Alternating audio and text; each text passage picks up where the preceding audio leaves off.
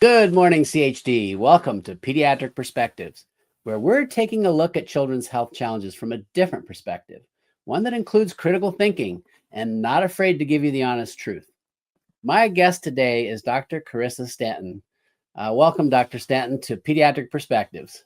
Oh, it's such an honor to be here because I've always looked up to you as somebody who's been a voice for the most vulnerable.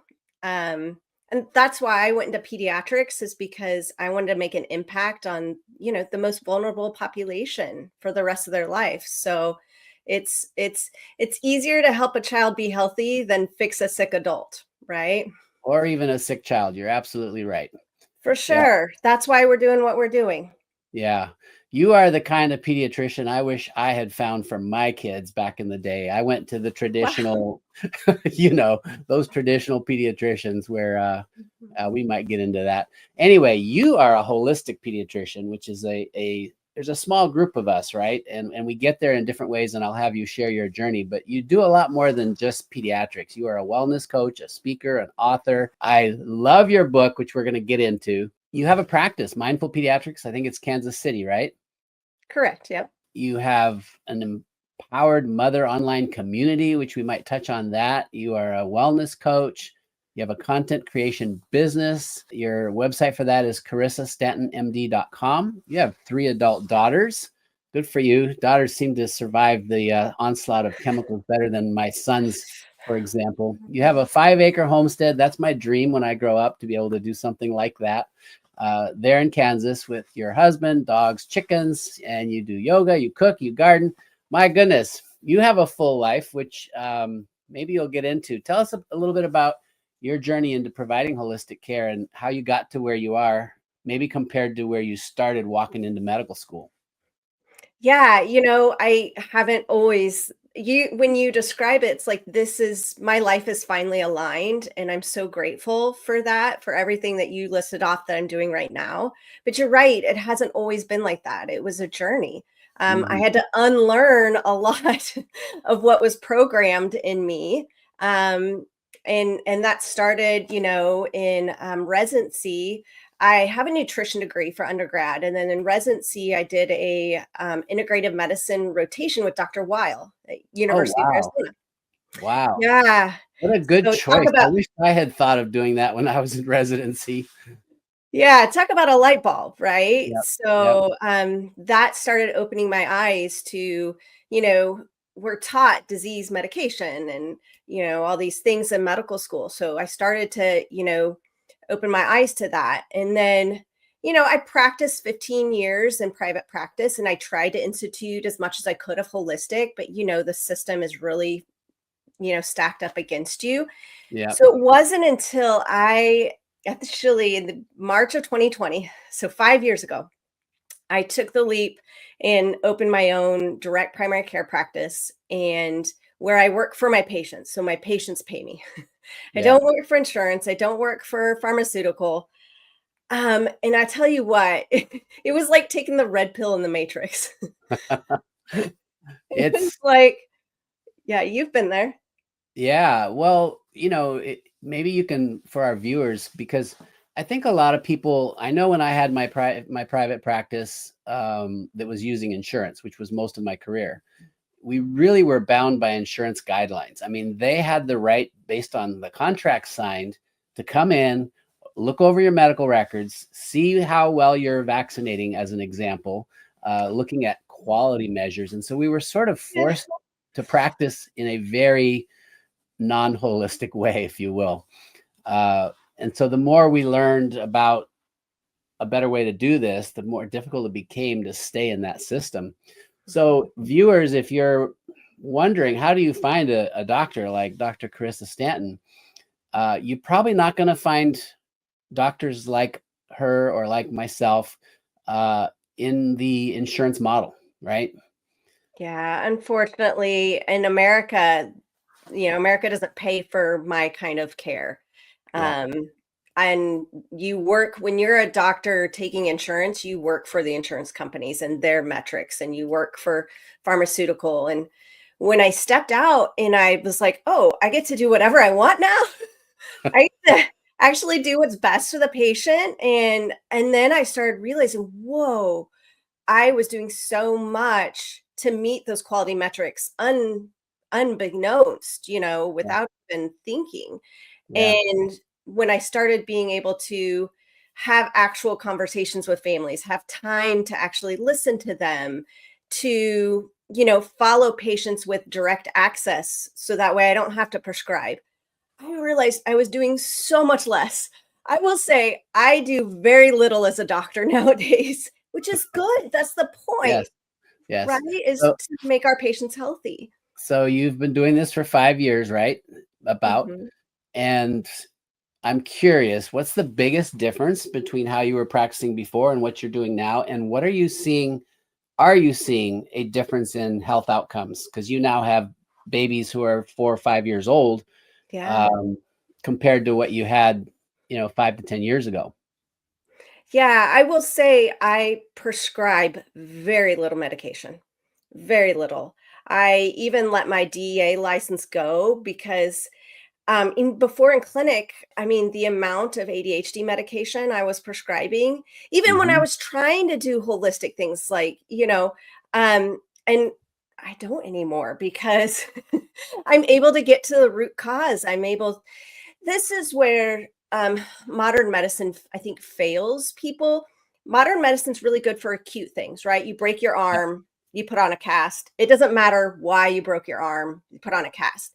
With chronic things, the why matters, right? Mhm. Why are they not pay attention? Are they sleep deprived? Are they in fight or flight nervous system? Are they not getting the nutrients they need? So I love being able to be truly holistic, meaning let's really look at everything. And yeah, and the medical system, it wants to make people sick because they make more money. That makes better customers. Yeah. And I used to deny that when I was in the system. I said, "Oh no, we're doing the best we can." And yeah, you're so right. And when I got my data comparing the unvaxxed to the vaccinated, and actually the Mhm. vaccinated were just vaccine friendly plan. They weren't even fully vaccinated. The data was Right. shocking how healthy unvaccinated kids were. Are you seeing the same thing? Yeah, and I see it with not just vaccines, but all medical interventions, Yes. right? I mean, from birth on, I mean, a baby's born, and think about how many things we do to them when they're born in a hospital. I mean, the less intervention we can do from the very start, um, I find the healthier they are, the Yeah. less chronic things, the less, the more regulated they are. And um, I really there's a place for modern medicine for sure. Um, but for well, typical people that are taking care of themselves, let, you know, let's let nature. I'm always a proponent of letting nature try to take its course. And I love being able to my moms can text me directly. And so Mm, that way we can really push the envelope of like ear pain. Like, okay, let's do all these herbal remedies first and do all this stuff first before we, jump to antibiotics. And so it really helps me push the envelope of letting nature take care of itself. yeah. That is really special. How many of you watching who have a regular doctor have a text message relationship? I mean, that's like that's beautiful. I know that I have clients and I do some coaching now that when you provide people your cell phone and say, obviously try not to wake me up in the middle of the night if it's not an emergency, but you can get a hold of me whenever you need to. It creates community, which is one of the things you talk about in your book. Before we get to the book though, Yeah. walk me through, say I'm a new mom, new dad, new parents. We're coming into your practice. What does it look like? Just a little feel, because I know what the traditional pediatric well child visit looks like. And by the 2 month, 4 month, 6 month visits, it's all about trying to get them to vaccinate. And yes, we look at developmental milestones and do a little preventative talking, but we don't address some of the things that I imagine you address. So just share a little bit. Pretend I'm a new parent coming into your practice. Yeah, well, we already touched on it. The best thing that I do for families is give them access to me. Moms and parents nowadays they're having to be everything. The dietitian, do research on medical interventions. They're having to do it all. Clean living expert, right? So the best thing I do for my families is relieve them that burden that, hey, look, I've done the research. I can give you information to help you make an informed decision and unbiased information. That's important, right? Yeah. Unbiased information. Yeah. So that relieves a huge burden from them. The second thing, I don't call them checkups or well check. I call them wellness visits. We have Okay. a full 1 hour where I go into, not only the normal stuff, development, exam, vitals, but how's mom and dad doing? Are they stressed? Because that's going to affect the child. What's their living like? Are they exposed to chemicals in their living environment? Mom and dad, do you have questions about medical interventions? Can we talk about that and what makes sense for your child, right? Informed Yeah. consent. I mean, Yeah. what informed consent? What's the benefit? What's the risk? And then you make the decision. So it's what it should be. The worst part is just as families are getting shunned, I feel like you and I are considered kind of rogue. Yeah. But this is what I was taught in first year of medical school. Fiduciary relationship. Put your patient first, their needs first before yours. When Yeah. you take money from insurance companies, you're not in a fiduciary relationship anymore with your Yeah. patients, right? True. You're in a True. fiduciary relationship with the insurance company. I want to jump into your book. I just love this book, Motherhood Makeover. The first section is about forces that are working against today's moms, or you could say against today's parents. I have a son. Actually, I have two sons who have recent children who are under age 2, and it's extremely stressful. And they're still in the regular system. What are the forces that are working against moms? Just to sort of, I think by saying them out loud, people will know that we understand. Validation is huge. Validation is everything. Like, Yeah. even for you and I, that's why your books and what you're doing is so important to me. Especially when I was first starting, because I was like, I doubted myself. I'm not I'm an intelligent person. I graduated first in my medical school class. I did all these great things, but I started to doubt, is this right? Because no one else is doing this. Yeah. And I'm sure parents feel the same way, right? Like, no one else is doing it this way. Everyone else is doing it another way. Am I the wrong person? I tell my families all the time, though, if mainstream is doing it and you're doing the opposite, that's probably like probably the better way. Because typically mainstream, and I'm being very general, but typically mainstream follow the money, right? Mhm. You have to follow Yeah. the money when Yeah. it comes to mainstream media and mainstream things. Um, and I was tired of seeing parents. I mean, you've seen it. The rate of anxiety, the rate of, unpeacefulness. The Surgeon General last year put out a warning about the amount of stress that families are under. And Yeah. it's because we're working against society. They're having to work against the food industry. Everyone's trying to take advantage of their child. Yeah. Pharmaceutical industry, the food industry, the school systems, like everyone is trying to get their piece, and parents are on the front line trying to defend their children. So not only does that take more energy, right? When you're going against mainstream, that takes a lot of energy. Like what you and I do takes a lot of energy. But also there's no support system because we're not mainstream, so there's not as many people around us to support us.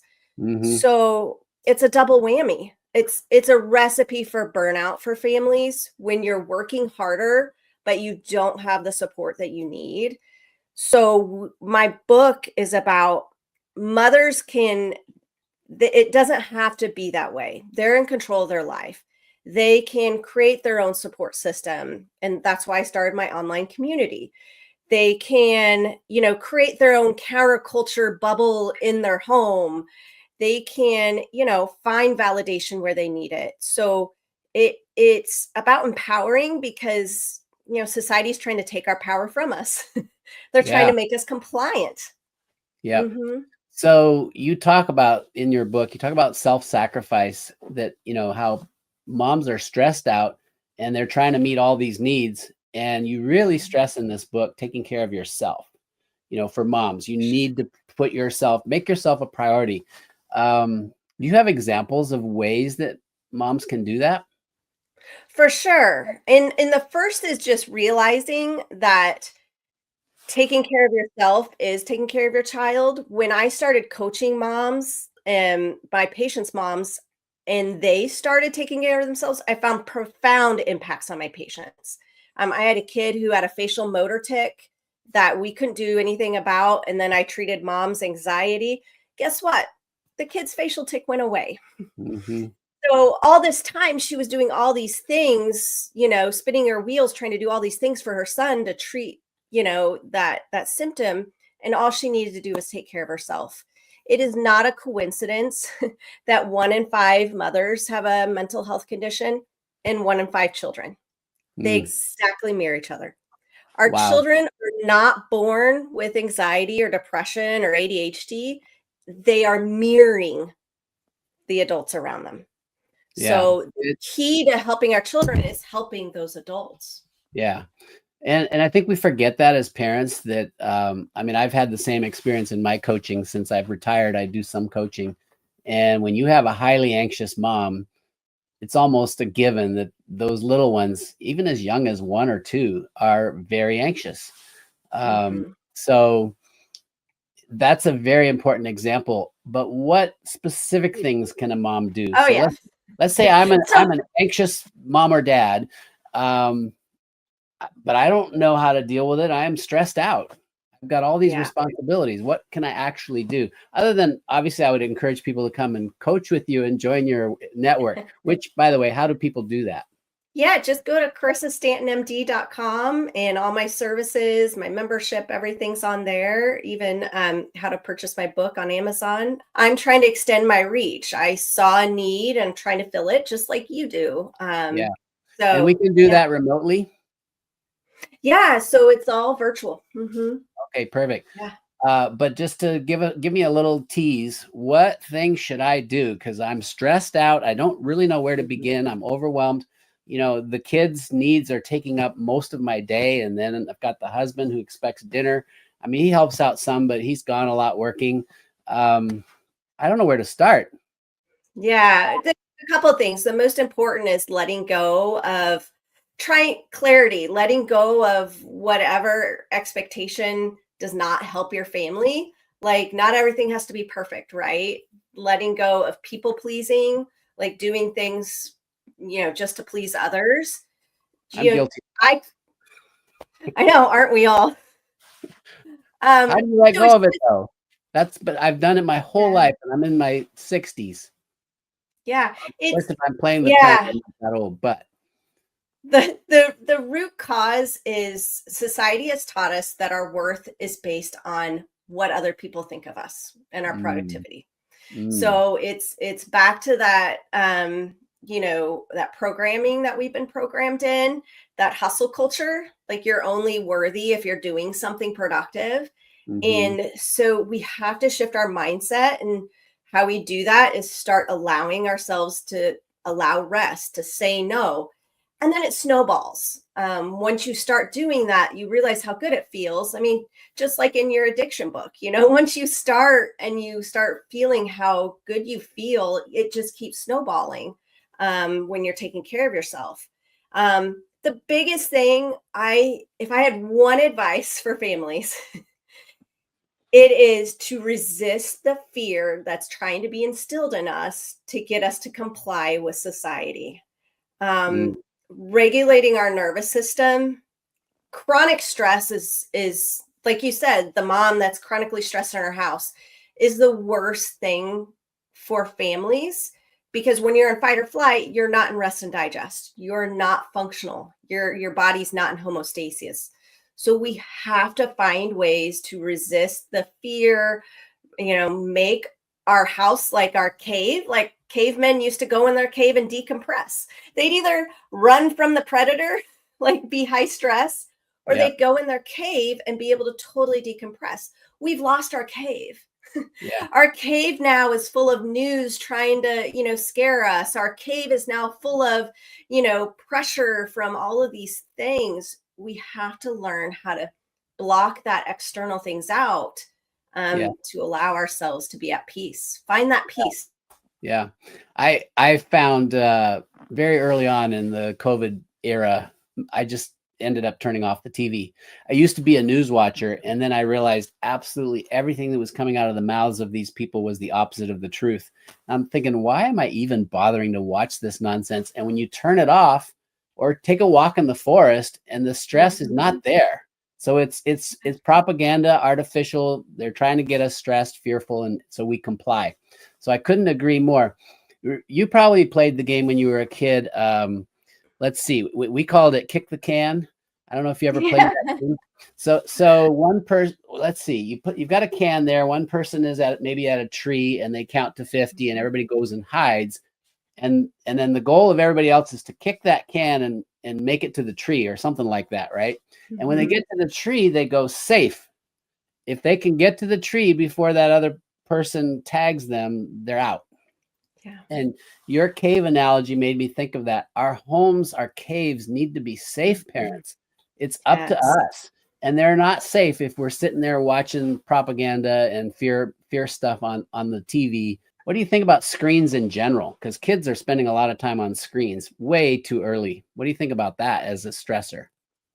Yeah, well, I tell families do as much as you can. No one's perfect. We still live in this world, right? Like, I still sometimes eat artificial colors or whatever when you're, at a football game or whatever. Like, you can't be perfect, but do as best you can without stressing yourself out because stress is counterproductive.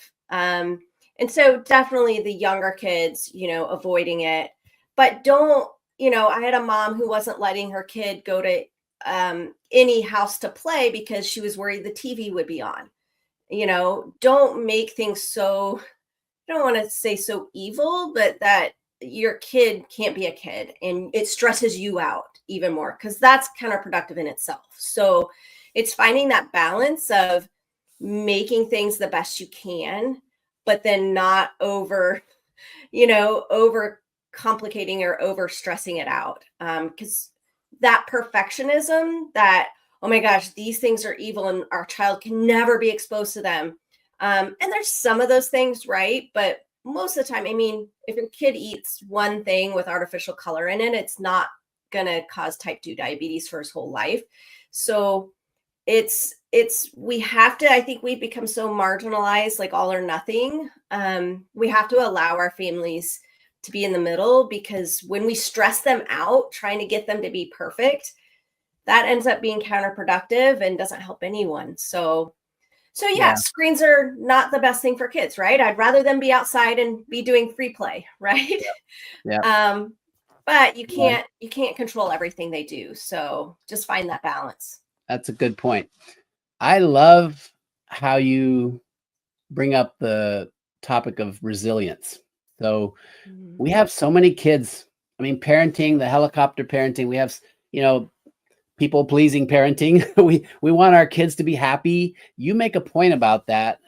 Maybe you can elaborate a little bit.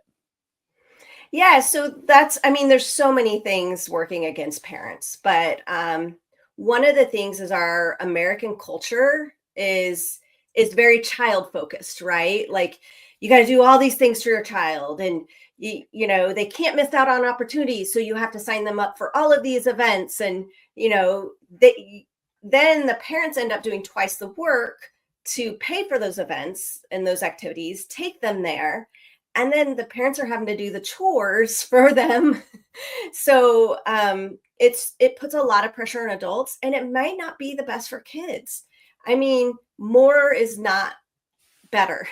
No matter what our society wants to tell us, our society keeps telling us more, more, more. And we've learned, especially like with medical interventions, more, our bodies might not be better with more. And so when we're doing everything for our kids, they're not going to be as resilient when they grow up. But if we, start allowing them to have free play and to climb a tree without worrying about them, we've got to, let them have that freedom. And it takes some pressure off of us, right? Because we're not constantly stressed about things. So yeah, I think it's really important. I call it FOMO parenting. I think a lot of families are in that fear of missing out. Mm-hmm. Instead of reclaiming. I call it reclaiming. My book subtitle is Reclaiming an Authentic Motherhood, because I think motherhood and childhood has kind of been taken away from us by forces that want to make money from us, including extracurricular activities and sports for kids. I'm all about extracurriculars, but I think it's gone a little too far, and we're stealing, our child's childhood from them. So we need to reclaim that, allow our children to be free, and that makes them more resilient. Yeah. I like how you wrote about involve your children instead of doing for them. And also you mentioned that kids need to be uncomfortable. They need discomfort and challenges because that's what helps them build resilience. And I remember I didn't do it right. I too often I would just solve the problem for them. And I should have paid attention to how my dad raised me, which was like, I needed help with spelling. And he said, well, get the dictionary. I was so mad at him. Oh my gosh. Dad, just tell me. I don't know where to find it in the dictionary. Oh, he was hardcore. So yeah, let them work through it. Right. That's good advice. Sure. And we have to be comfortable with them being uncomfortable, right? It's usually, they need to be able to feel uncomfortable. That's exactly right. To work through things and be resilient. Yep. Yeah. You have a great story. Maybe you can share it, because there's this switch that we need to make as parents from survival mode to calm mode. And I loved your example of your daughter was in Africa. I grew up in Africa, so of course I would love this story. But that's right. There's the rhinoceros story. Maybe do you remember the story? Oh yeah, for sure.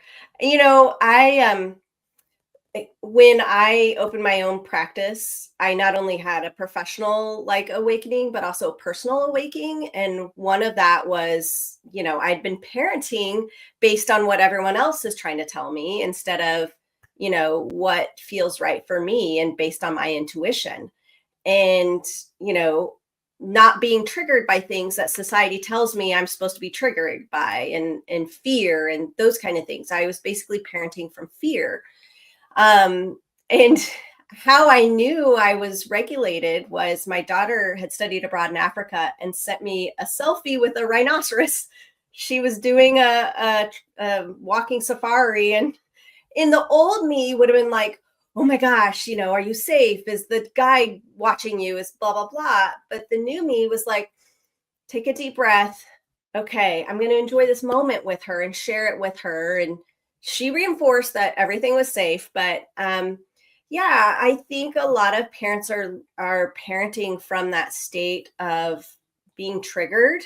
And it's not only, we're missing out on a enjoying parenthood, but it's causing a lot of anxiety in our children. And so we need to find a way to, align our parenthood and really resist, what's out there triggering us.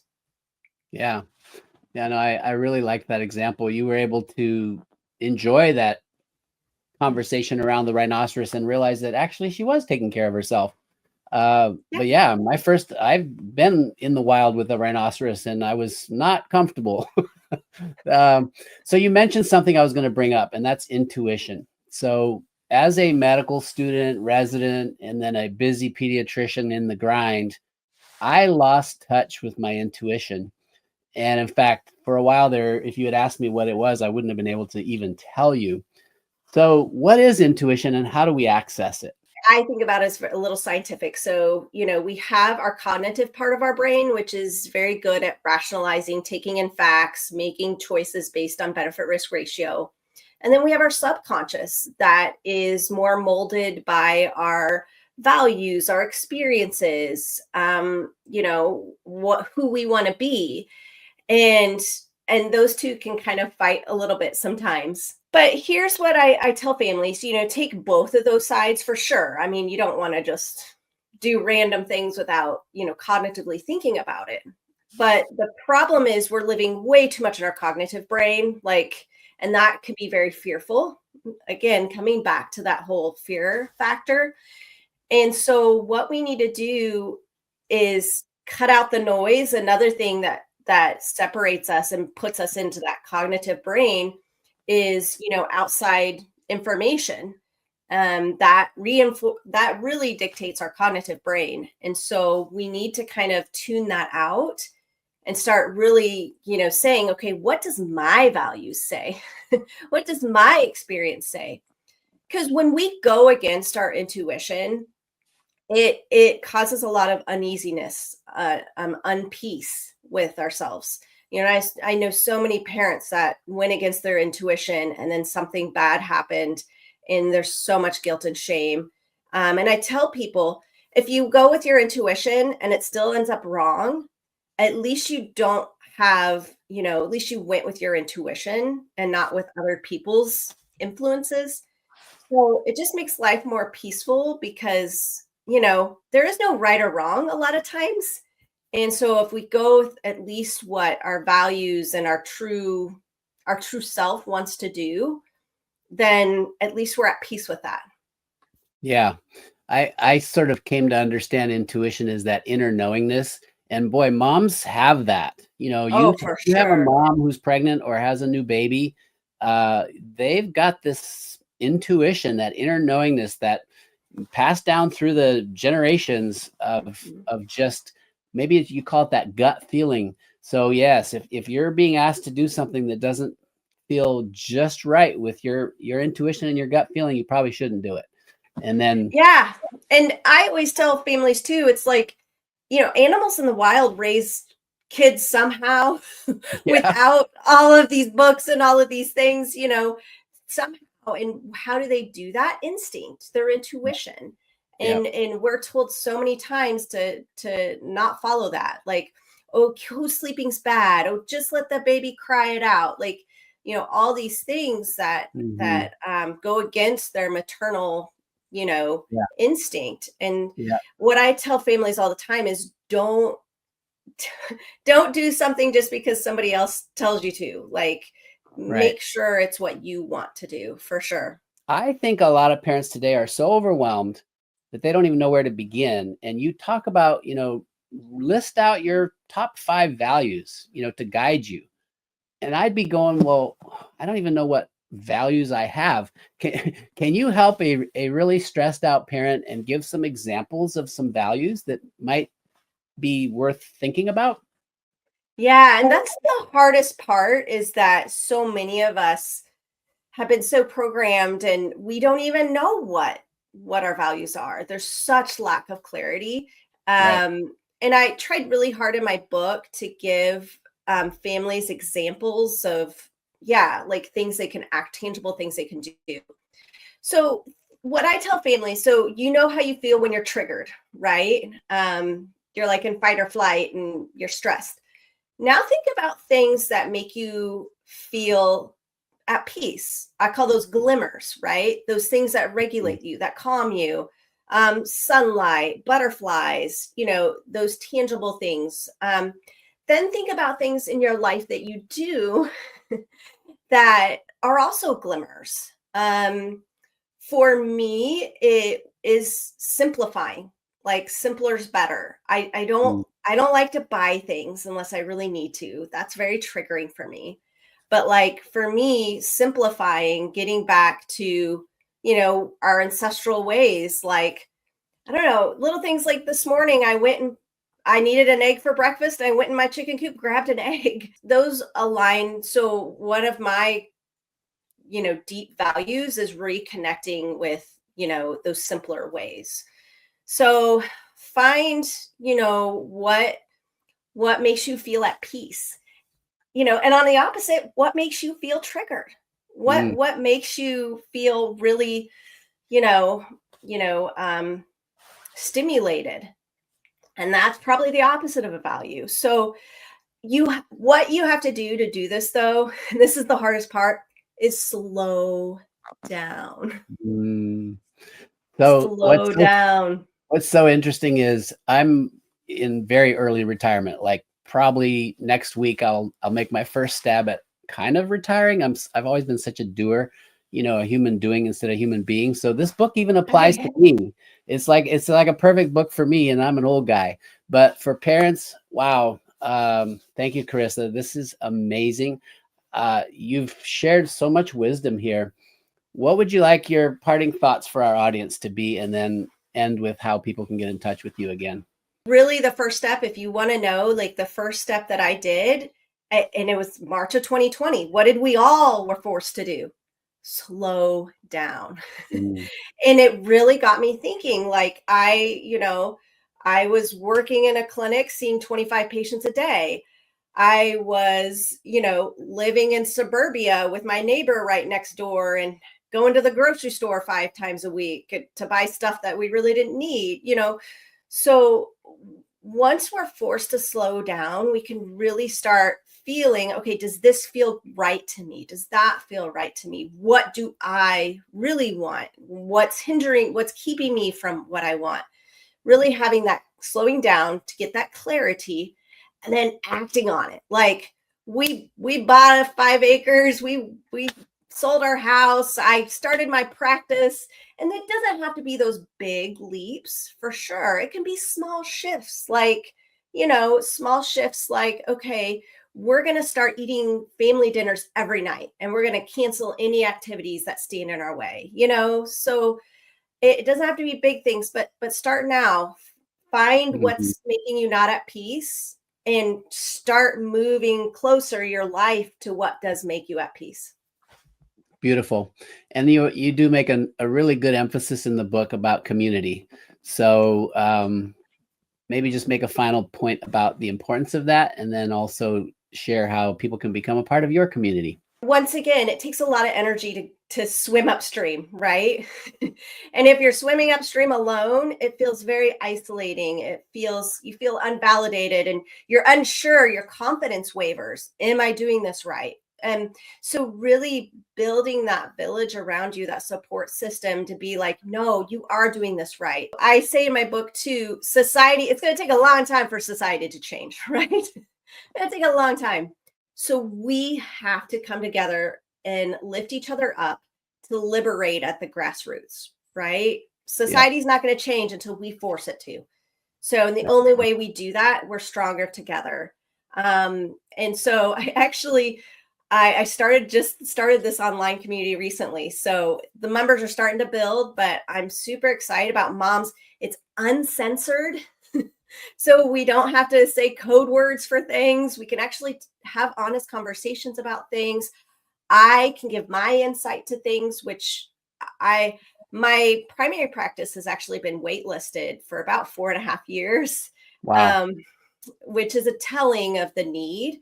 And so there's so many moms out there that aren't able to go to a medical provider because of their medical choices, right? Yeah. And right. they're having to be the doctor and all those things. So if I can help them a little bit, empower them to be Dr. Mom on their own, that's one thing I do with it. But we all need to put our energy together and our talents and whatever in this movement for sure.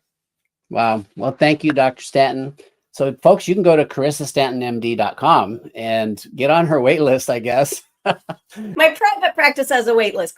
That's why Carissa Stanton MD is all virtual. So extends my reach, kind of like you do. Okay. Wonderful. Well, get this book, and imagine this is available everywhere books are sold. Amazon. On Amazon and also at CarissaStantonMD.com. Thank you so much for being on Pediatric Perspectives. We'll have you back someday, because I just realized talking to you, we could cover a lot of topics. Oh, I would love that. Thank you for having me, Dr. Paul, and all you do. You're very welcome. Well, folks, my new book, Vax Facts, is available at vaxfaxbook.com and everywhere books are sold. And I also do some coaching most of my coaching is actually on the vaccine topic. That's my wheelhouse. So many parents are struggling with decisions of, do we do some, do we do none? Sometimes they're not on the same page. Oh, there's a measles outbreak. What do I do now? I'm going to travel. What do I do now? These are all things I cover in detail and will help you be at ease with your decisions. And generally, almost always, I'm able to help parents who aren't on the same page start to see eye to eye on the direction they'd like to go. So that you can find at kidsfirstforever.com. Thanks for being with me. If you got this far, God bless you. Have a great week. We'll see you next show.